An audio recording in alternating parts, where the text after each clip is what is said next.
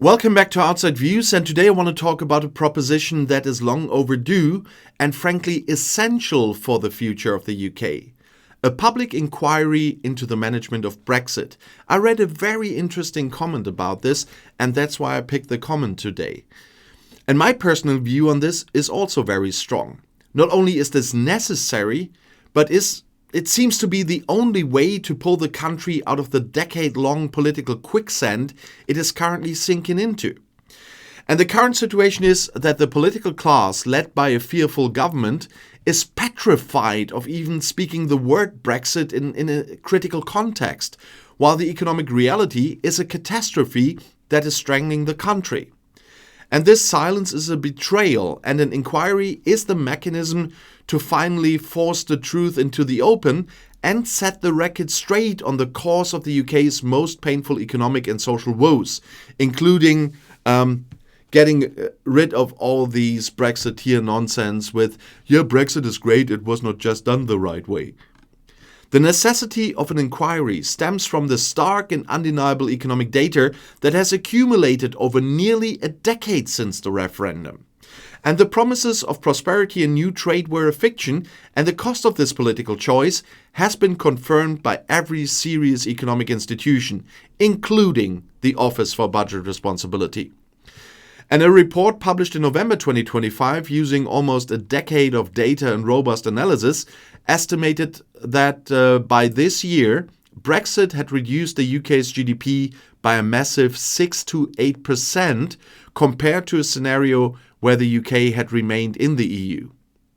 Let that number sink in, 6 to 8%, and they counted in the pandemic. And this is not a slight downturn, this is a monumental self-inflicted economic wound, a number that far exceeded the most pessimistic forecasts made back in 2016. So much about Project Fear. And the damage is not abstract. It means investment is down by up to 18%. Productivity is lower by 3 to 4%.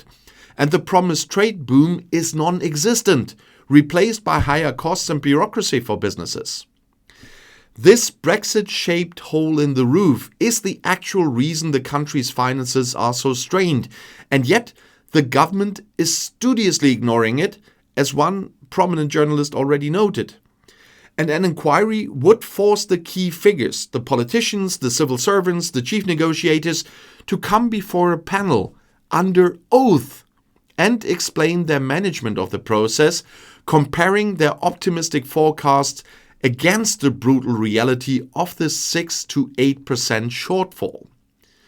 The failure of Brexit is equally stark when looking at the highly charged issue of immigration and control. The promise to take back control has been exposed as a cynical deception, and the UK has in fact forfeited the effective mechanisms it once had to manage migration. The current crisis of asylum seekers, including those housed at staggering public expense in hotels, is a direct result of the UK forfeiting its cooperation with the EU. And as one observer pointed out, Polish plumbers have been replaced by Afghans in asylum hotels. The UK has lost the ability to participate in the EU's collective and robust system for dealing with migration and asylum seekers, including the mechanisms to return people to other EU countries.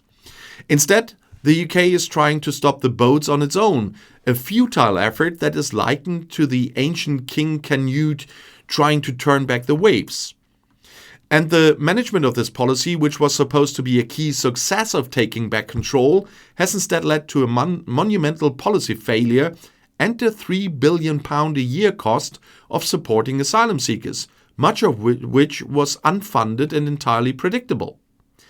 An inquiry must investigate how this entire process was managed, how the promises of control were translated into policy, and why the government ignored the warnings that leaving the EU's cooperative frameworks would lead to more chaos and less control.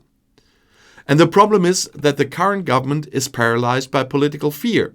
They are terrified of reopening the debate, not because the country is thriving, but because they fear losing votes to the right-wing Reform UK party, which continues to demand a harder Brexit, which would be...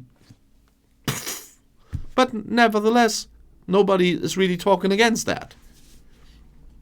And this political calculation prioritizes short-term electoral gain over the long-term economic health and political stability of the nation. And meanwhile, the public mood is shifting rapidly. You know that a recent poll showed that a clear 57% of voters would now back a return to the EU. But I'm quite sure they don't really know what that means, but that's a topic for a different day. But this is still no longer a fringe movement. It is a majority opinion that is being deliberately silenced by a political establishment unwilling to show courage. The academic Robert Gildea argues that a public inquiry on the management of Brexit would set the record straight, and this is the crux of the matter. It would move the debate away from emotionally charged sound bites and then force it into the arena of fact-based evidence and accountability, what I'm trying to do here for years.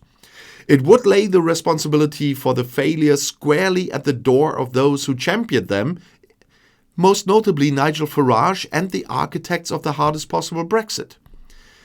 A public inquiry conducted under the Inquiries Act 2005 is a well-established mechanism for investigating matters of public concern. It has the power to summon witnesses, to demand documents, and to produce an impartial, fact-oriented report. It would allow for a comprehensive examination of not just the economic management, but the political decision-making that led to the repeated breakdowns in cabinet collective responsibility and the upheaval across the civil service and parliament.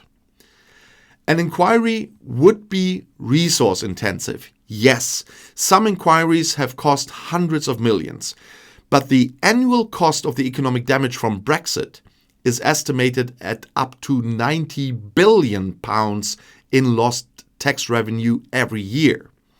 And the cost of an inquiry is a drop in the ocean compared to the massive ongoing drain on the nation's wealth. And furthermore, the value of the inquiry would not just be financial, it would be moral and democratic.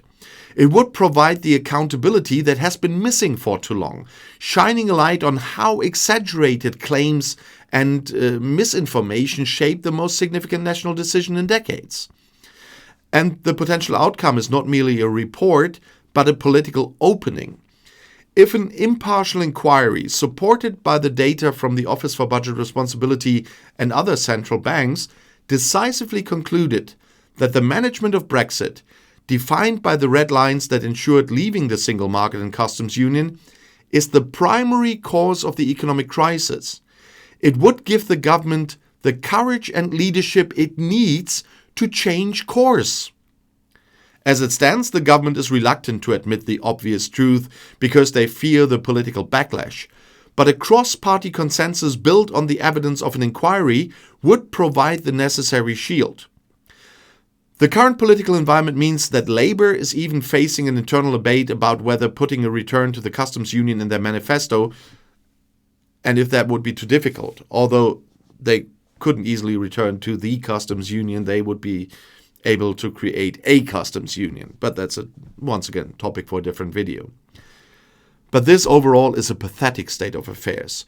An inquiry that details the exact magnitude of the economic disaster and the failure to take back control of immigration would make the economic and political case for closer ties with the EU, whether that is joining a customs union, joining the EU itself again. But that would be one of the consequences undeniably. It's time to stop dancing around the difficult decisions that only ever seem to punish the poorest and the vulnerable. It is time to address the root cause, and for that, every British citizen deserves the truth, which only a public inquiry on the management of Brexit can deliver. And if you want to know more, the next video is right here in the end screen.